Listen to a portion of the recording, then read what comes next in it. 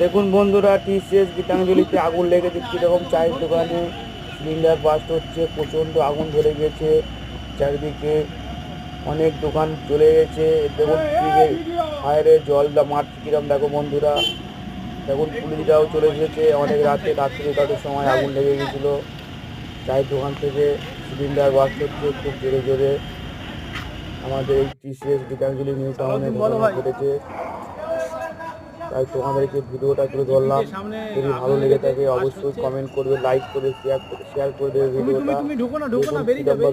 এখন ঢুকতে বারণ করো। দেখো ভিডিওটা, বিশাল স্পিডে 6খানা সিলিন্ডার বাস্ট হয়েছে, খুব জোরে জোরে আওয়াজ হচ্ছে। আমরা ভাবছি বাজি করছি, দেখো বন্ধুরা কিরকম সিলিন্ডার বাস্ট হচ্ছে।